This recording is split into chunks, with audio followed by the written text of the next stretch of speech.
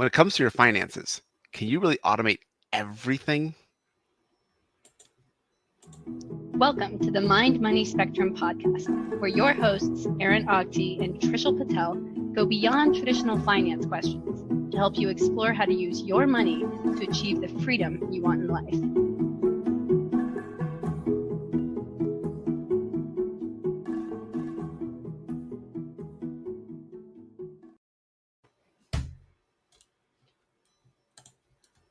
Hi, my name is Aaron Ogti. I'm a financial advisor in the Bay Area. I'm here with Trishul Patel, a wealth manager on the East Coast. Hey, Aaron, great to be here today. And thanks everybody for listening and watching. Great to be here as well. So a few weeks ago, I was checking my checking account and just double checking things, making sure everything's fine. And I noticed there was a pull of $3,000 out of my checking account to my investment company. And because I'm a financial advisor and I have my personal checking account and my business checking account at the same place, I was really curious, okay, I don't think my personal checking should be sending money to the investment company for anything works. It'll collect the SEI, the investment company will collect fees for me from client accounts. It'll pay out my business checking pays for personal. But why was this transfer happening? And I spent 5 minutes oh yeah, 6 months ago, I set up a quarterly transfer because revenues were doing pretty good. Expenses were kind of like household expenses were manageable. It's I think I have this excess. I set up an automatic transfer that I actually forgot about. And when I mentioned that to Trishul, he's like, oh, there's other things like this. This is the beauty of automating as many of these things as possible.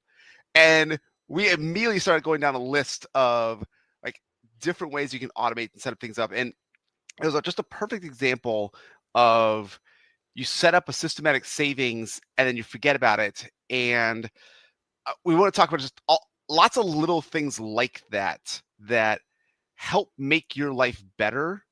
And it's one of I think we had an old episode, how to take advantage of your lazy brain. It's here's how you make your life better.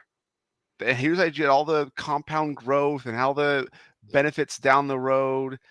And we have a bunch of tiny little examples, but this is one of those things of if you set something up and you forget about it completely and you're better off a year or two later, that's a good thing. And so one, Trisha, I'm gonna ask you, knowing me, did that surprise you at all? Did well, I was curious your reaction. But two, should we just start going down the list of what we automate? Yeah, that is a nice Easter egg. No, it doesn't surprise me, Aaron. After 152 hours of conversation. And, I think we probably also mentioned this before. Maybe the best investment decision you can do is save consistently into an investment account and throw away the actual password to that account and come back in a couple of decades. And it was one of those things I honestly don't remember setting it up. It was I knew I was doing an end of year review, something like that, and oh, things look pretty good. I think I can set up this savings, and so I turned it on and I forgot about it. So yeah, I have extra money in my taxable investment account. Aaron, we're getting old. That is true. That is another thing. I do think about that. Yeah. At this point, I realize you just can't rely on short-term memory for long-term. That is a really good point. Yeah. Yeah. And maybe there was a time where stuff like that would stay fresh for longer, but I don't know. I'm in my 40s. Aaron, you're almost 40, right? I'm 41. I've turned 42 in a few months. Okay, so I should have probably remembered that.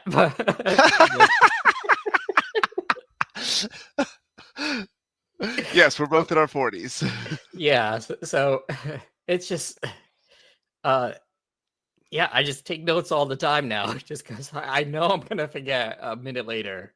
And okay, so that's a really good point for the calendar. So yeah.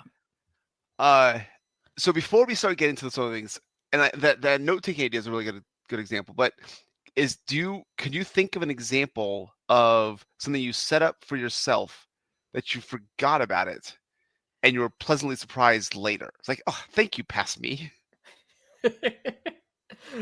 Obviously the biggest thing is those investments, right? Just not keeping too close of an eye on them and letting them do whatever they want to do and checking back every 5 or 10 years. That can be So probably the you best actually remember present.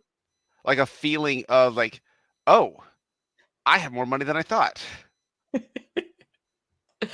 Yeah, it happens because you know what's going to happen, but you don't need to think about it so much, right? Yeah. Especially like I've definitely mentioned this. When you're in the working mode and you're knee deep into your career, you just don't have time to think about that, right?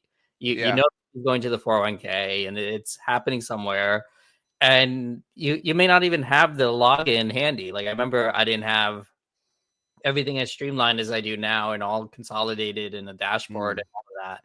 And I remembered if I wanted to actually check that, I'd probably have to do like a forgot password, and then I'd have to go through some sort of security thing. And no, I'll check next month, and then just never get around to it. Yeah. Yeah. I do think there's setting it up the first time. Yeah. I because I like that I like that note taking idea, and I have some notes here, some notes here. Like I want to ask you about more about that, but if you don't set it up the first time, you're like, oh, I'll do this before my paycheck in a week. Yeah. Like you're going to forget already. Oh, absolutely. Yeah. Yeah. And we've talked about this. Like, okay, so certainly with me, like when I've had the opportunity to invest in a 401k, I've always done, okay, what's the maximum I can put Mm-hmm. in, make my investment choices, fill out that paperwork, hand it into HR. Okay, Mm-hmm. that's day one of my job complete, at a Yeah, new yeah, yeah. company. And literally, I might not even think about it till I leave the firm, like until we're done, because you don't really need to do much beyond that, as long as you're maxing out each year and you have your allocation set. I So think making sure it's invested is that like subcategory of most important thing. Like, yeah. So traditionally, when you sign up for the plan, you can set your initial allocations, and then you can check a box to say, rebalance back to these and put any new contributions based upon these weights, right? That's the typical yeah. setup of most plans. So if you are comfortable with those investment choices, meaning if they're long-term oriented, they're set it and forget in nature, they're passively oriented, then yeah, they may not be too much to do beyond that for your 401k. I want to say about 30 years ago, the default investment was left in like company stock. Yeah. About 20 years ago, default investment was probably cash. Yeah.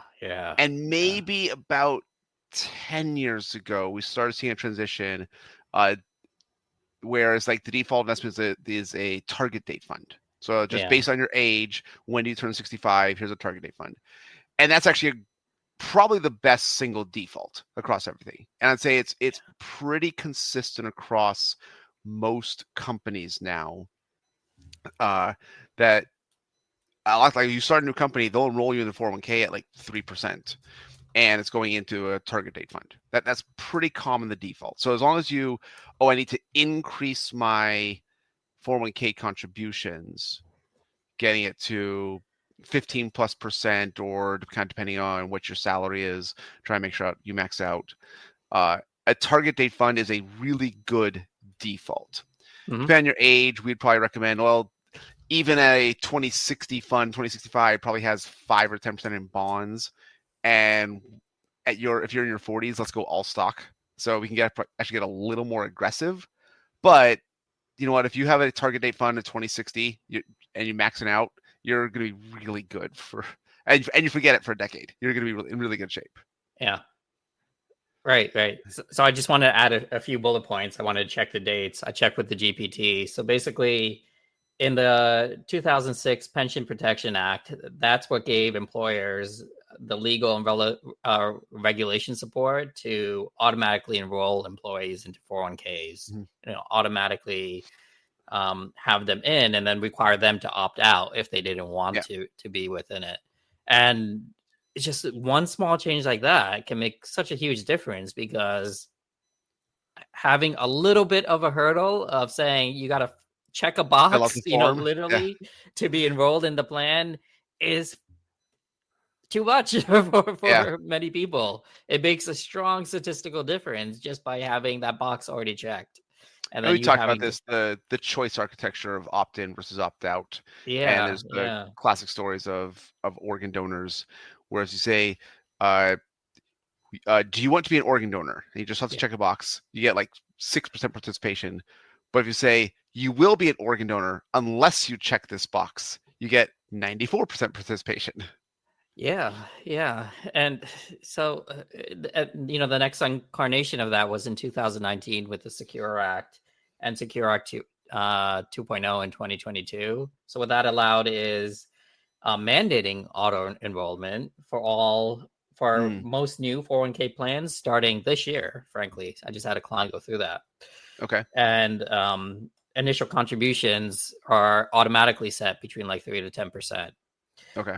and it has an auto escalation automatically set Oh, of like 1% per year, um, up to at least 10% or max of okay. 15. So it's doing all of these things that just people in the vast majority of cases should be doing at least this amount, but Yeah. just making it a bit harder for them to overlook it or just not get around to it, right? Yeah. It's like if you forget to set this up for your first 2-3 years at your job, there's Yeah, already something there. yeah. And look, I completely understand. You just started a new job. The last thing you want to shift your focus away from is doing the actual job, really Yeah. well, and just getting that button down. And it's just something that can fall through the cracks. So, it helps.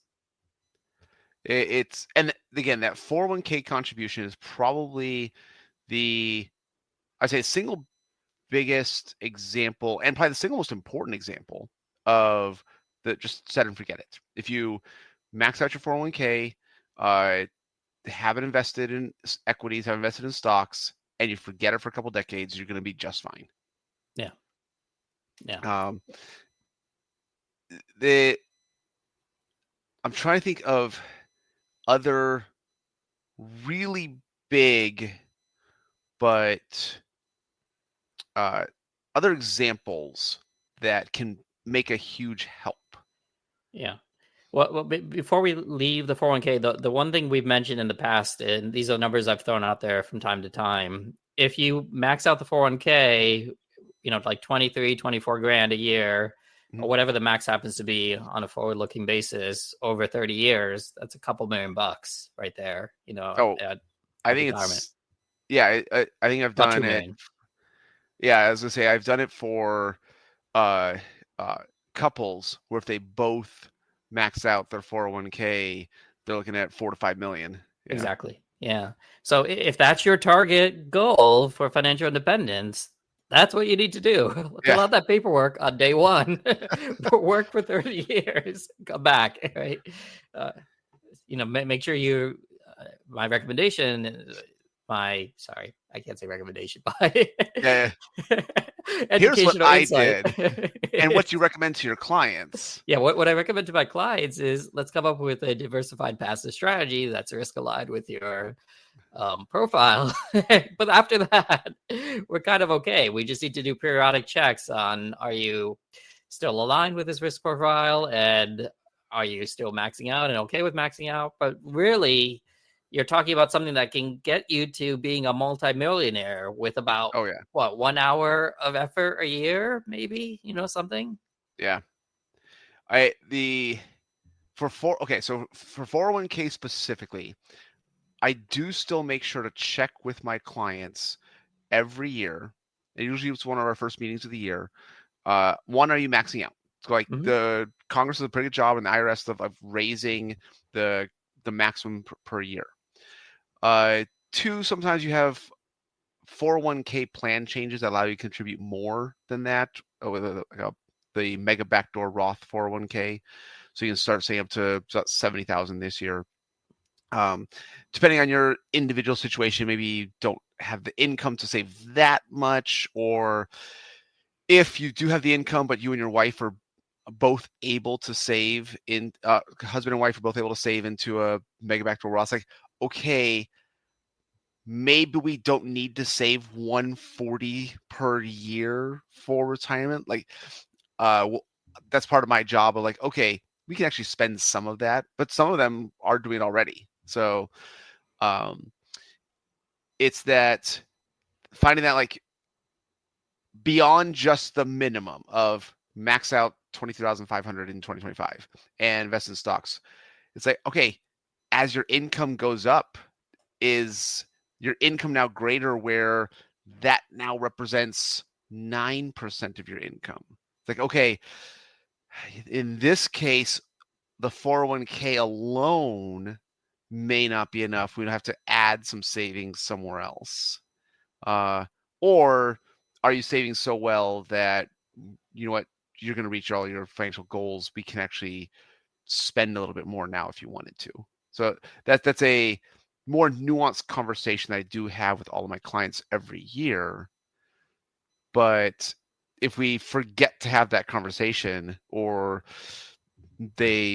I get hit by a bus and they kind of don't have anyone to work with, like, they're going to be just fine because of that minimum.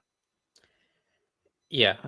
So, we can probably segregate these into like orders of magnitude in terms of impact. So just doing the initial automation, and if you have some understanding that just maxing out that employee contribution is perfectly doable from now on a go forward basis, you could probably have that all buttoned up within that 1 hour per year time frame. I think that's good. That's a really good point.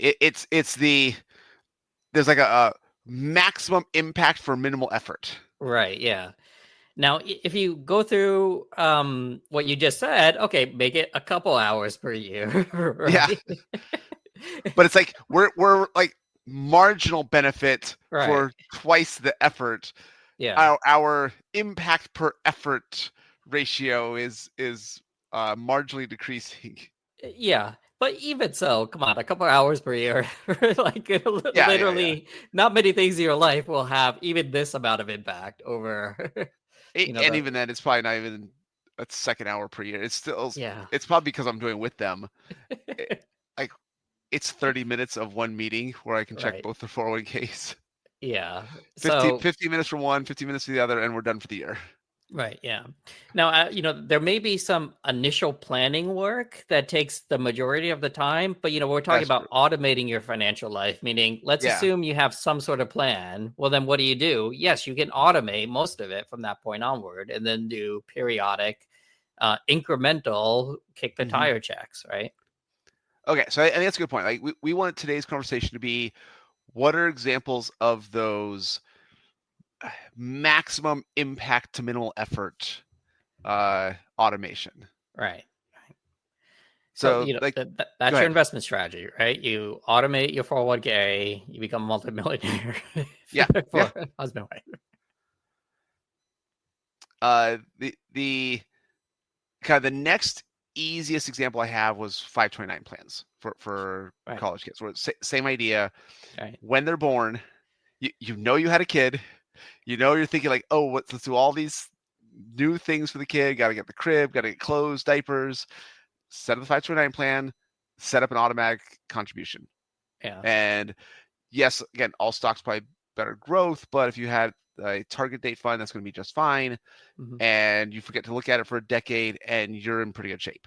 So it's just another example of different vehicle, different purpose, but kind of just as maybe 2 hours of work that first year, but not much beyond that. Yeah. So again, just some planning work to figure out how much you're going to target, work backwards on some math, on some annual contributions to meet that end target goal, whatever it happens to be. Yeah. And then from there, it's very minimal. Just small pro tip. You don't have to wait till the kid's born. You could do it before they're born, or even, while during pregnancy even, or a few years before. You would use yourself as the beneficiary on the 529 plan. And then when you have a social security number for the baby, you would change the beneficiary of the 529 plan. Right. Yeah. So, when the kid comes, again, it's just one of those things. You got to focus on day one, the kid. So it's something that could linger for a little bit. And okay. I'm trying to decide like how much caveats do we go down, because I want to say next marginal, like maximal impact for minimal effort for the second kid. You don't even have to open up a second 529 plan. You just double your contributions. Sure. Yeah, so that's the easy thing. Right. Yeah. Okay.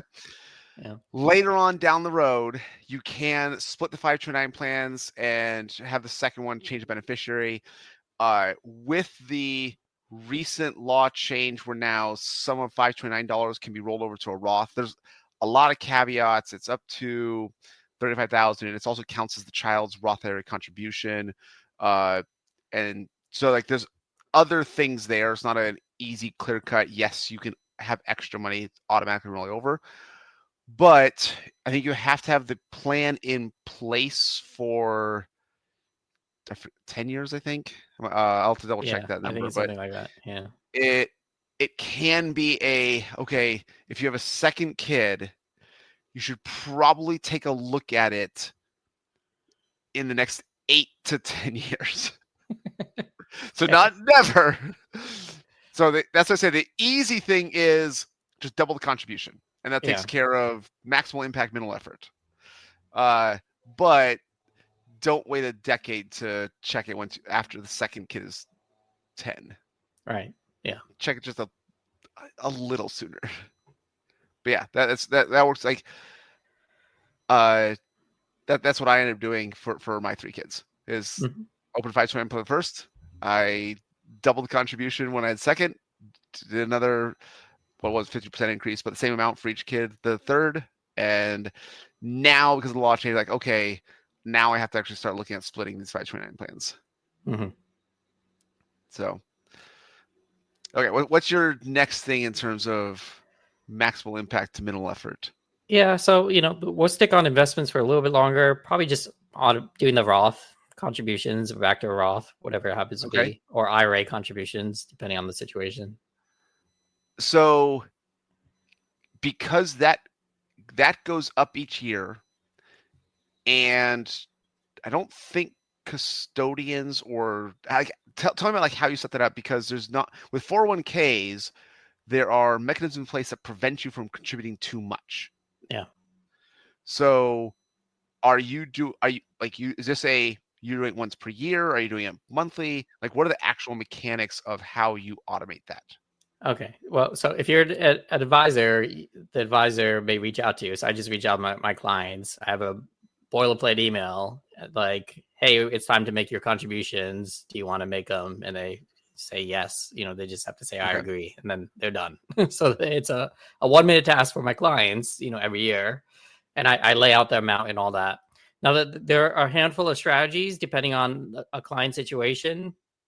I'd say the majority of my clients, we end up doing back to Roths because it might be above income limits and things like that. So back to Roths are sensible.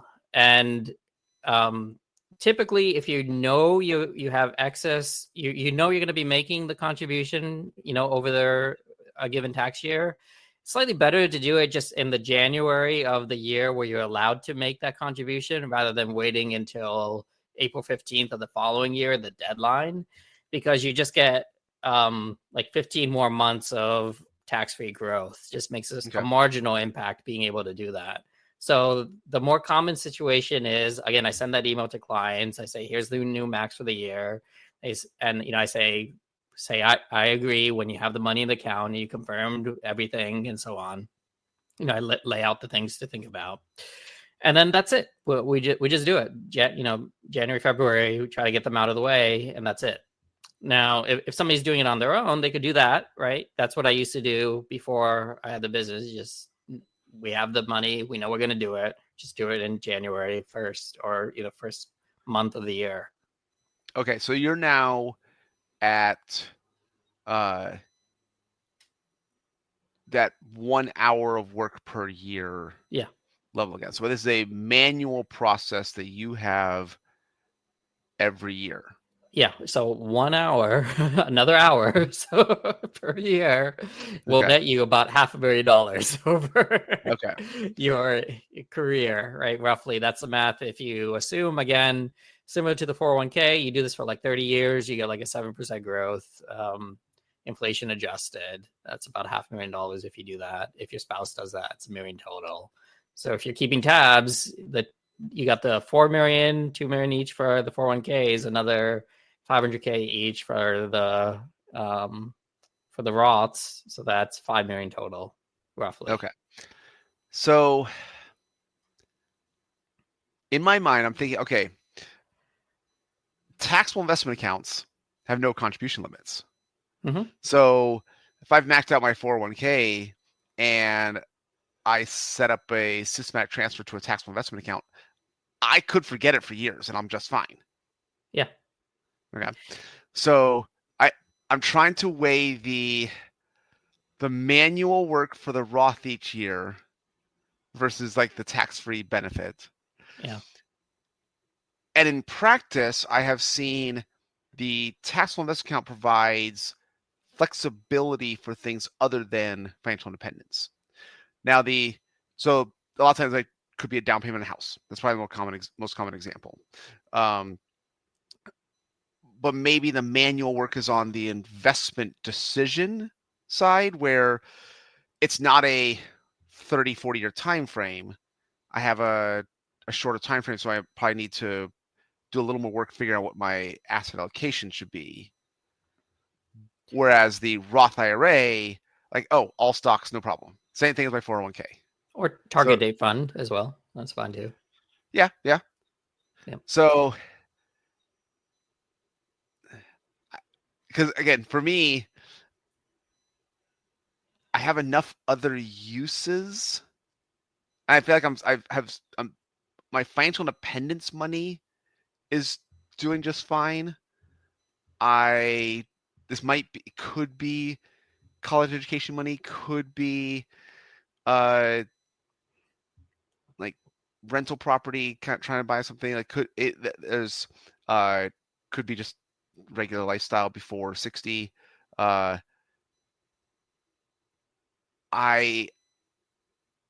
also like it's above contribution limit, so I think that's the reason like why I chose to. It was so easy for me to set up that systematic transfer to a taxable investment account, and I'll figure it out later, Mm-hmm. than do the work on the Roth IRA. It certainly depends on the situation, right? The way I kind of work through it in my mind is first we come up with a target annual savings amount that we want, right? And it obviously doesn't have to be a static amount, but let's say we're targeting to put away 40,000 this year. Well, okay, that's simple. We'll just do it with your 401k employee contributions done, right? And let's say it's more than that. Well, then we might consider a mega backdoor Roth strategy where you can put more into the employer plan. And let's say A, the employer doesn't have that, or B, we want to max out the mega backdoor Roths for both the spouses, or maybe there's just one spouse, but for whatever reason, we definitely know we want to put away more. Well, okay, then the next bucket would be the Roths. And then if we realize, oh, there's still going to be more, then we might do automated investments into a taxable account. Okay.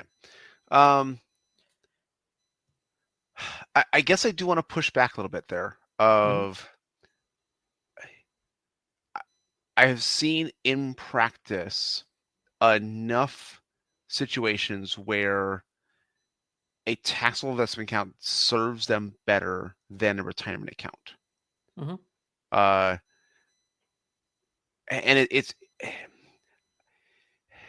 it's hard to say like yes, this applies to everyone. Like it definitely doesn't. But those that are able to save at that level, we're talking like, okay, we're saving between 1 and 200,000 a year.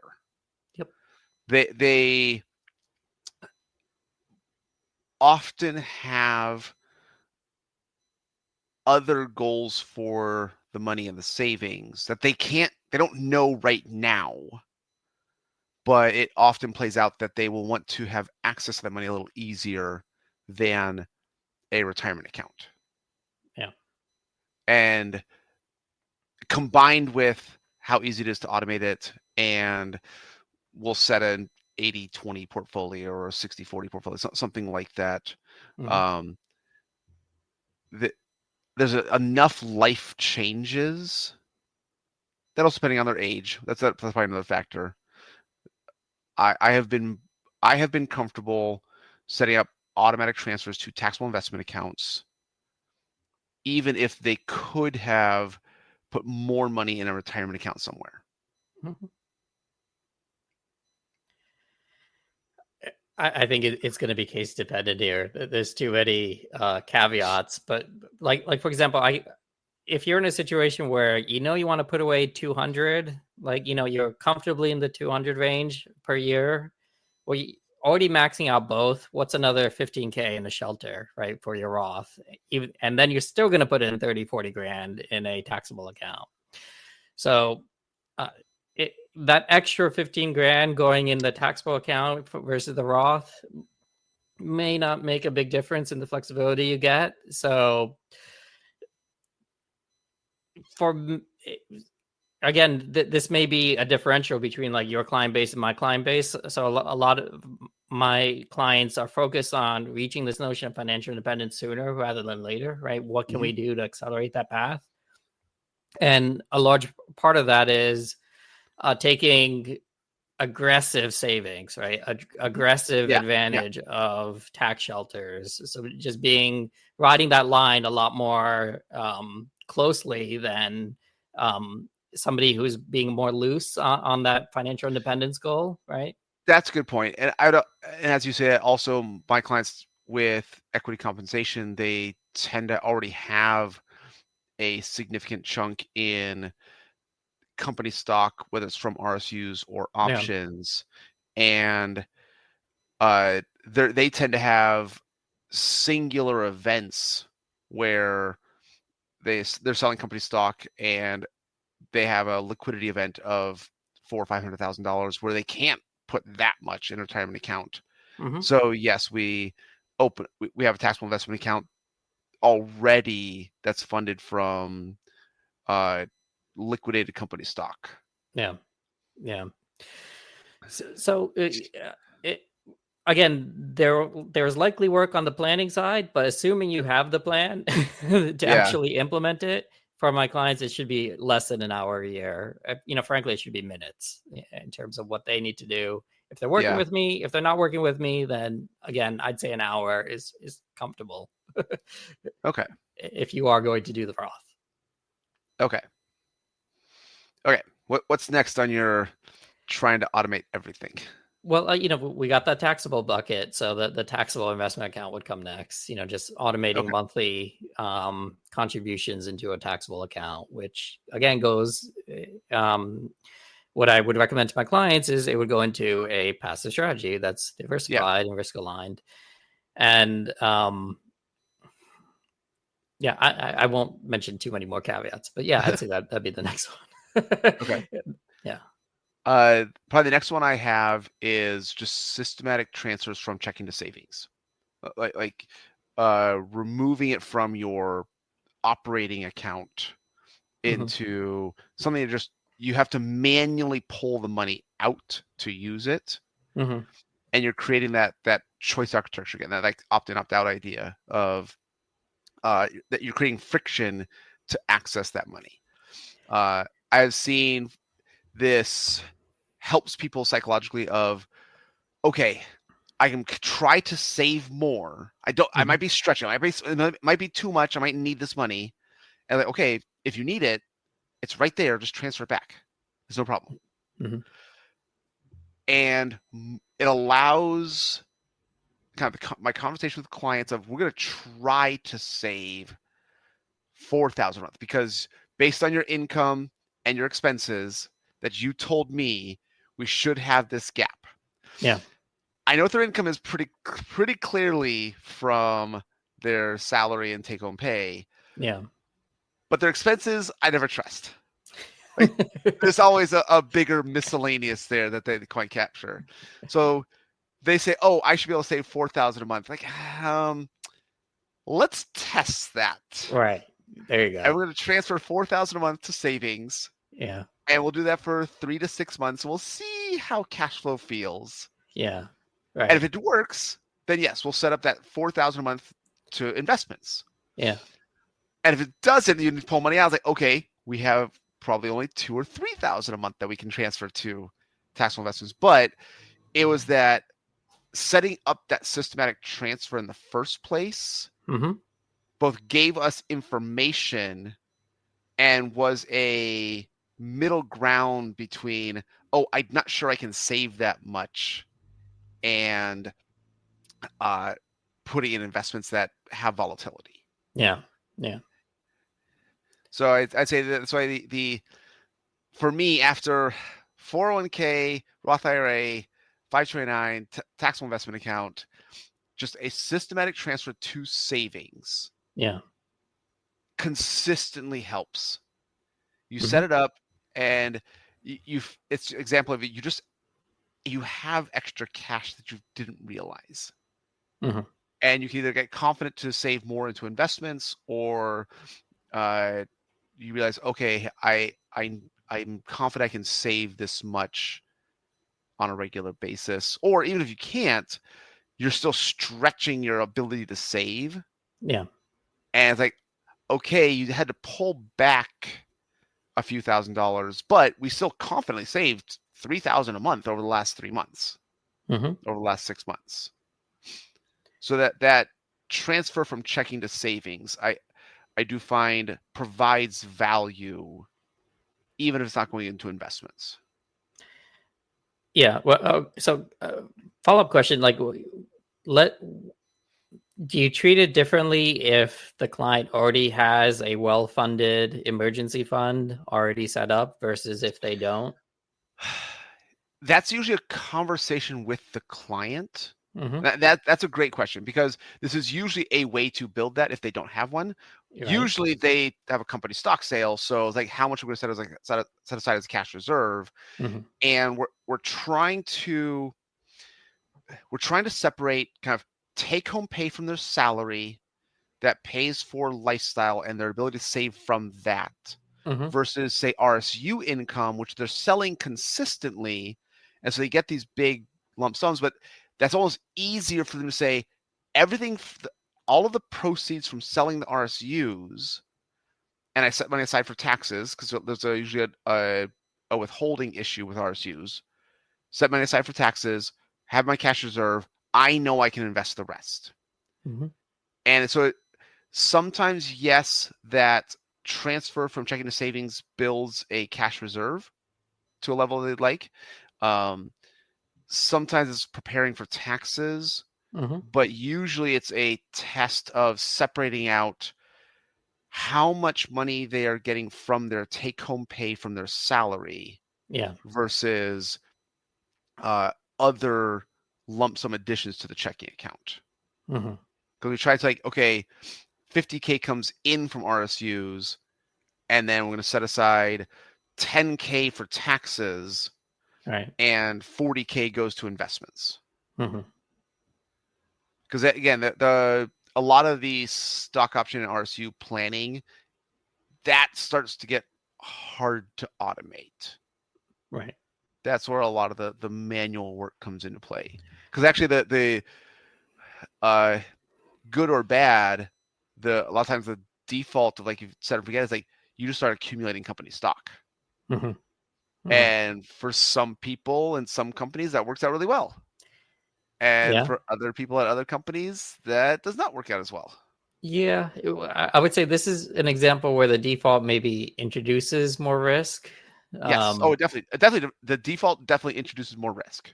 Yeah. So it's something to be a little bit more aware of than the default of, like, the 401k we mentioned earlier, that Yeah. that rebalances to, like, a passive strategy over Yeah. decades. So You know yeah, what? As you say that, that's another good point. I have found over the years that larger cash positions will help, like, psychological benefits of just stock volatility, but also helps with like the planning and some of the risks around holding company stock. Mm-hmm.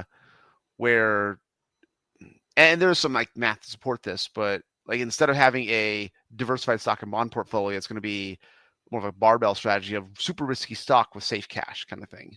Mm-hmm. That's not, we don't try to find that allocation. Is usually a cash reserve we want to get to. And there's always tax withholding issues and making estimated payments. Yeah. So having that large cash position, but I'd say for my clients, no one really complains about having too much cash. Mm-hmm. Because as long as we have a plan in place, like, okay, here's how much we're going to keep for this reason, and we're going to invest the rest into our diversified portfolio. Mm-hmm. Yeah. It's just, again, one of those things where there's probably some planning to do, but once you have the planning, then the automated savings can be kicked into gear.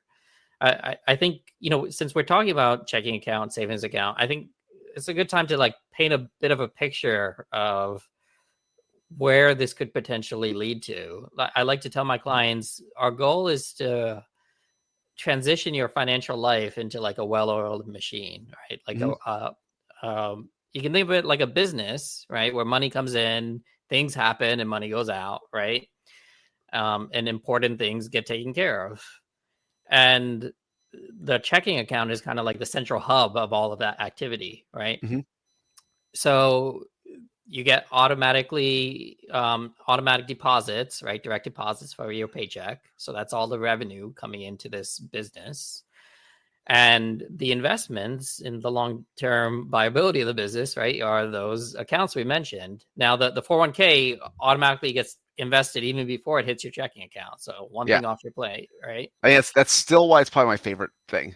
I love clients maxing out the 401k. Right. So, I have a little bit of a soapbox rant about that, but I don't know if now's the time. If you keep it under, I'd like to hear it. I'd like to hear it. Go ahead. Yes, I'll say it's like, how can you not love a 401k? Like, I think that's like, how can this is our number one, and you've got an issue with it. I like it for all the reasons we said, but I think it's just really annoying that it has to be through an employer. Meaning, you should be able to do the same thing on your own through one of the discount brokers. Meaning, because it's through your employer, you're relying on your employer to actually set up the plan, which it may not get around to if it's like a startup. You're relying on the employer to choose sensible options, which they may not do if they get pitched by the wrong firm. You're relying on your employer to come up with a strategy or a sense of selections that are cost effective, which they may not do if they want to pass on all these additional costs to you, which again don't have to exist if you could get the same investment choices in the public market without going through an employer for almost nothing. So okay, rant over, maybe. Okay, so you don't like that it's tied to employer, similar like health insurance, et cetera, et cetera. Yeah, I think it adds way too much friction into the system, which ends up costing everybody. Okay. Rant over. But still, do your 401k. Yes, because often you can't find a better solution on your own. You can't put that much away on your own because, And I guess the other carrots, like the 401ks are at for-profit companies. So nonprofits will have 403bs, government agencies will have 457s. The military and other government agencies, federal government has the thrift savings plan, the TSP. Right. So like most employers have something similar. But again, the small companies, like under 50 employees, they're the ones that are actually least likely to. Yeah. Well, so maybe that's why this rant is more prominent in my thinking, because I've been at startups, and like my first job out of school, Aaron, I mentioned this, the company didn't have a 401k plan. They finally got one, and the investment choices were horrible, and they had the pitch to us on the investment choices. I was the only one who raised my hand saying, where are the index funds? Where are the index funds? And then they still, they still software it and wouldn't get it in there after like a year. Then even after I left, I started bugging them to get it in there because, I wanted the Yeah. employer to have these options. And it was just frustrating because, this is a financial service consulting firm. And if I didn't bring that up, I don't know if anybody would have, right? And then you have a couple dozen people having a very subpar plan, and it's just frustrating. That's so, okay. Now, like, I'm going out totally off the rails. I do wonder, like, how much. So this is like the how much of your personal history impacts like your bias kind of thing. And, Yeah. like, this is for like every human being, because my prior firm, when I first started that, they didn't have a 401k. Yeah. So I maxed out my own Roth IRA and I started saving to a taxable investment account. Yeah. And so, like, I had that comfort of like saving into taxable investments already, and then they added a 401k, and so I changed kind of how much I'm saving into there. And my wife always had a 401k, but has always had a large publicly traded company, and like, oh, this is great. Her 401ks are so easy. Yeah. Her savings was so simple, and so I continued kind of down this path of, we use my wife's 401k and the taxable investment account that I had set up, and the Roth IRA kind of like always came in third. What doesn't that annoy you though? You let's say you put that 20,000 to a taxable account for that 1 year instead of the 401k. That's $4,000 that you'll never get back in tax savings. That'll compound over your lifetime. I would be pissed. I want to say no. I didn't feel like I lost 4,000. That's probably the difference. And that was also money that we like built up that allowed me. I was preparing to buy into a partnership with my prior firm, and negotiations there fell through, so it became the runway for me starting my own business.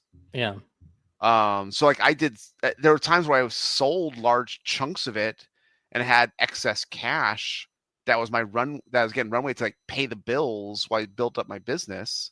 Yeah. I think that's probably that's another example of how a taxable investment account served my life better than if that money was in a Roth IRA.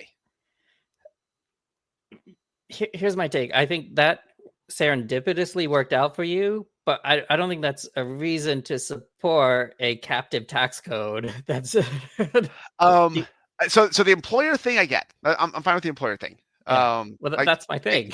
I get that rant. I guess I've seen enough examples where clients wanted to buy a property in Tahoe, and they other clients wanted to like pay off their mortgage. Yeah. And there's just enough other example. Again, it's yes, the Roth IRA is better than a taxable investment account. Mm-hmm. But I feel like it's not 100-0. It's like 70-30. I think what I'm trying to get at is we should have the choice. It shouldn't be forced on us and then happen to work out well, because that's the chips that landed on our table. Like it should, everybody should have, I think, the same opportunity to invest regardless of which employer they work for.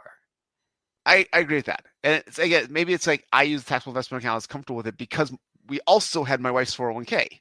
Yeah. Okay. And you can have two, husband and wife, both at startups, and then now they just can't put anything away. It just doesn't make sense to me. Okay. We'll go back. I got other things on my list I want to get to.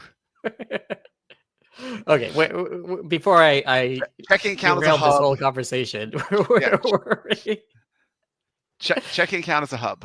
Okay, so here's the vision. Imagine the money's coming in, and the money that needs to get invested gets invested, and the money that needs to be spent gets spent, and you barely have to think about how all of this works, right? Mm-hmm. So that's the vision. Hopefully, that you can try your best to lean towards, right, or to aim towards.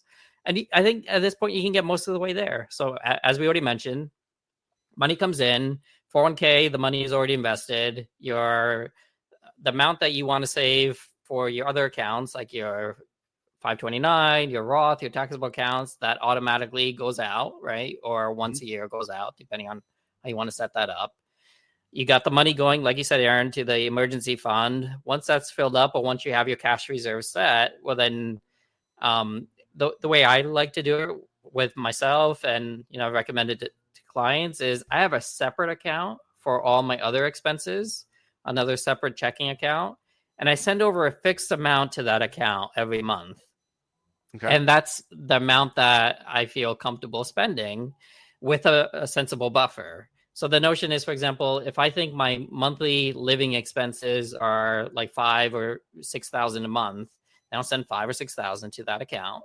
And then all the other bills will come out of that. And then I know if that amount roughly stays, around 5,000 or 6,000 each month, then things are humming along smoothly. But if that cash balance is building up over 5-6 months, then I know potentially I could move some money out into additional savings or do an end of year sweep, right?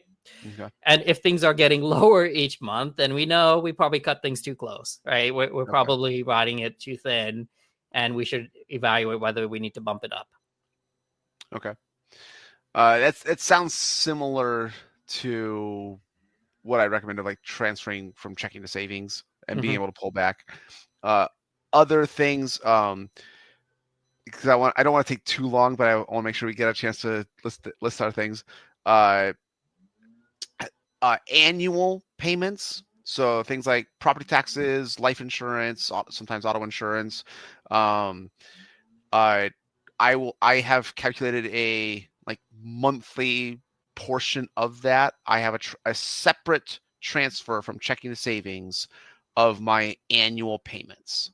So I have one savings account that is kind of the funding for these annual payments.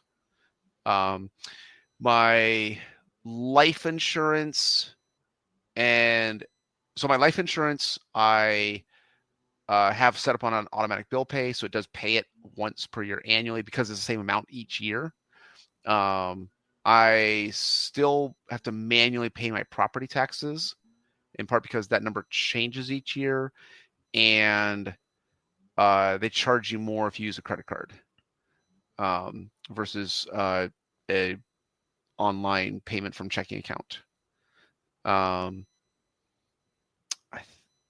not sure if I have any other manual payments. And actually, for everyone, as part of a preparation for this conversation, Trishul got me to check my PG&E bill that I had been using the bill pay system that Wells Fargo offers, where PG&E sent the bill and I just clicked approve, and he had me go check, and I did find out I can actually automate that from the checking account, so I don't even have to click approve anymore.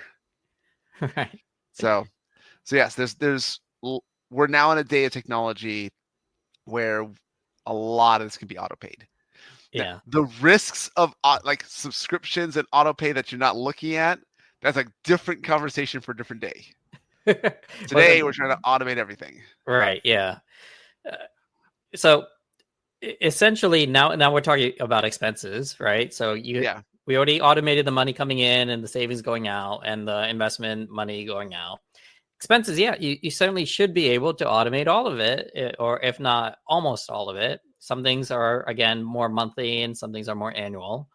But for the monthly ones, certainly, right? So this includes your electric, your utilities, your cable, your internet, your phone, whatever that happens to be, that can all automatically come out of your account. There shouldn't be stamps or mailing checks or whatever that old way happens to have been. So once the money's coming out on an automated basis, you can still put in checks and balances. Like I do have checks on my credit card to get alerts if there's a large spend, above a couple, whatever, or if balances get too high, and that way you're prepared, right? For, we bought flight tickets, for the three of us going internationally. Therefore, might need to move some over from the emergency fund, or however you want to handle that. So, a combination of the bills going out automatically and a few alerts here and there can go a long way. The last thing I I'll just think I mention. think Oh, yep. I think I use the credit card the same way you talked about that that separate checking account, where I use the credit card for the auto pay for as much as I can.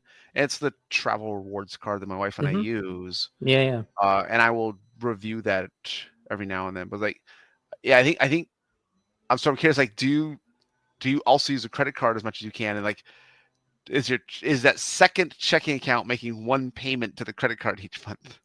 That is pretty much it. And the stragglers, the 2 or 3 things that you can't do with credit, right? Okay. So literally everything but like 2 or 3 things. Yeah, Okay. essentially is what that account is. But it makes the accounting for that account very simple, right? Yeah. Yeah. Um, the only other thing I was going to say is, and then we also aren't afraid to have separate smaller accounts for other initiatives. So at this point, checking accounts should be free, right? You shouldn't be paying Mhm. any sort of maintenance on having a checking account. I believe And in general, most banks say you have to have a direct deposit. As long as you're having some kind of direct deposit into the checking account, it'll be free. yeah, there should be some way to engineer that, right? Yeah. Is the main take. And in addition to that, many banks allow you to spin up sub accounts or like alternate checking accounts for other purposes. So I have like 3 or 4. Like, for example, I have a separate one for my daughter where money from grandparents or whatever Mhm. happens to go in. If it gets too large, then it goes to her investment account, right, as an overflow. But that way it's not tied with us, and she has her own set of funds for stuff that we want to I get think I have for her. She wants. savings accounts that are set up in each of my kids' names. Right, Yeah. yeah. And then frankly, my wife and I have a small account each for that type of thing where this is just whatever money we want to spend for whatever reason, that's what it's there for. And then we have a family account, right, for Okay. what I just mentioned. Okay. Okay. Anything else on your list? I had one last tiny item, but if you have anything else to share, like how to automate your All right, financial so life, I'd be I curious. wrote a few things down. So I think we covered a bunch of things. So obviously, automate savings and investments first, meaning pay your future self first, right? Build wealth passively. We talked about that. Bill pay, budgeting, automation, right? Credit card and debt. Oh, taxes too. You can automate the taxes and quarterly payments. If you have your safe harbor amount, right, you can have that Mm. also go out. If you know that amount in advance, you can have those funds automatically saved per month until that savings amount hits the amount you want, and then it gets sent out to the government. So that's certainly possible. So this is one of the things where sometimes it works for my clients, sometimes it doesn't. Yeah. So the safe harbor is for federal taxes. You need to avoid an underpayment penalty. You need to save either 90% of this year's tax, or the safe harbor is 110% of last year's tax. So you can calculate how much you pay in 2024, 110% of that. If you make those withholdings and estimated payments, you're good for 2025. Yeah. For my clients' issues, especially when it's like IPOs or big stock sales, it can be so lumpy. Mhm. Where I have one client in particular, uh, the safe harbor amount based on their 110% of their last year tax for this year is going to be like 55% of their projected income this year. Mhm. Like it's so much higher because their 110% of last year's taxes are like it doesn't make sense for them to contribute up to the safe harbor amount when a little extra work like estimating that 90% number, we're probably going to make payments of 200 or 300K less, like hundreds of thousands of dollars less in payments. And there, like, you start to get like the interest in a savings account is worth the time it takes to actually figure this out. Yeah. So again, another example of there'll be a conversation for some planning, right? Yeah. And maybe an hour or two per year. But once you have the plan, you can automate the execution of the plan. So if it does happen to be a safe harbor, then you can make those quarterly payments, Yeah. as I'd mentioned. One caveat, that 110% is if your income is above 150K, right? Okay. Which it's 100% if it's below. Oh, So okay. For California, for California residents, that safe harbor only exists up to $1 million. okay, yeah, If like total income, including stock sales, gets over $1 million, yeah. you have no safe harbor. You have to do 90% of this year's tax For California state for taxes. California Yeah, state tax. Yeah. right. Yeah. Yeah. So at the federal level, this state level, Y, MMY, Yeah. MMV. Sorry. Okay. The last thing I had, just kind of one quick story. Um, when my wife was laid off, we were using Cobra for a while, and last year we switched to a covered California plan. So it's the Affordable Care Act plan. So we have a health insurance plan for the family, and there's something set up through my payroll to like reimburse the health insurance premiums. Uh, and the last 2 years, I think I was doing it as like a lump sum at the end of the year, Mm-hmm. and I was able to uh, automate that monthly thing. Mm-hmm. And it's not like I've unlikely to apply for anyone who doesn't have a small business kind of thing, but continually looking for those like manual things that you could automate Yeah. will make your life easier and probably make you more money, and like just like lots of other good things happen where here's a manual step, you've now done it 2 years in a row, can you make your life easier and automate that? Yeah. It's kind of being on the lookout for things like that. I guess two things to mention, because I know we're pressing towards the end. I think I like that, like rule of two or rule of. I think when I was in software engineering, it was like rule of three. If you end up doing something 3 times, automate it. Right? Yeah. Is one of the mantras that we kind of held on to loosely. But in addition, automation can also mean setting reminders, right? So I use a calendar all over the place. If I ever have something that I need to remember more than 5 minutes into the future, Yeah. it'll go on my calendar saying, "Remind me in 5 minutes Yeah. that I need to do this." And your future self will thank you. Like, so I have tons of things that are spread out over many months. Like, when it comes to finances, some examples are like, I made have like a 0% credit card, right? Balance Okay. transfer, something like that. I have like 12 grand on it and it's expiring in 18 months. Well, I'll put that on the calendar. In 17 months, roll that over or pay it off, right? So little things like that will help your future self get this, again, closer to that well-oiled machine example. And just one more point to make, I guess, on automation. A lot of what we've mentioned so far is sensible if you're in like the accumulation stage of your life, right? And I would just say things might change slightly once you transition into like the decumulation stage. Let's say you're financially independent and now you're living off that nest egg. So the slight changes, you're not going to be pushing money from a paycheck into savings and investments. Instead, roughly what I try to engineer with my clients is now you get a paycheck from your investments forever, right? For the rest of your lives. And again, that's just a conversation. Might take a better part of an hour or once a year, whatever it happens to be, to come up with that amount. But once we have that amount, essentially, if you're working with an advisor, you would, like me, I would say, all right, this is your paycheck. You'll get this amount for the next 12 months. Yeah. We'll talk about again in a year and you'll get a new amount, right? That's updated depending on what we need to do. But if you're engineering this yourself, then essentially that's what you'll probably want to be thinking about. Come up with a safe amount that you can withdraw.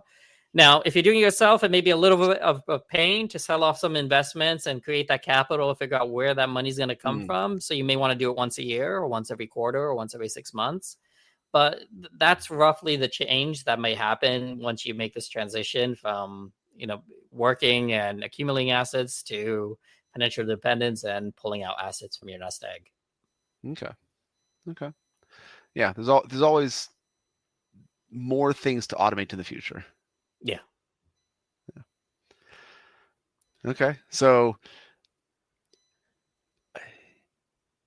I I feel like the natural follow-up question for the next conversation is like, can you automate too much?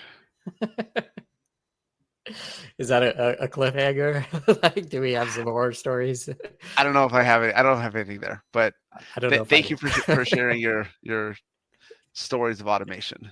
Okay, thanks, Ed. I enjoyed the conversation, and I guess you'll have to find out on the next episode If we if come up we, with anything. yeah, but we'll see. Thanks everybody for listening, and if you enjoyed this, do give us a like because every little like matters. Thanks.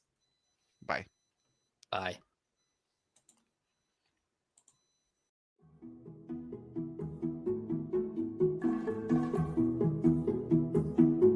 We appreciate you joining us today for this episode of the Mind Money Spectrum podcast. Be sure to visit mindmoneyspectrum.com to access the entire library of episodes. Remember, it's not black and white, but the wide spectrum of gray area where you get to pursue the freedoms you want in life. Opinions voiced in this material are for general information only and are not intended to provide specific advice or recommendations for any individual. All performance referenced is historical and is no guarantee of future results. All indices are unmanaged and may not be invested in directly. Have a nice day.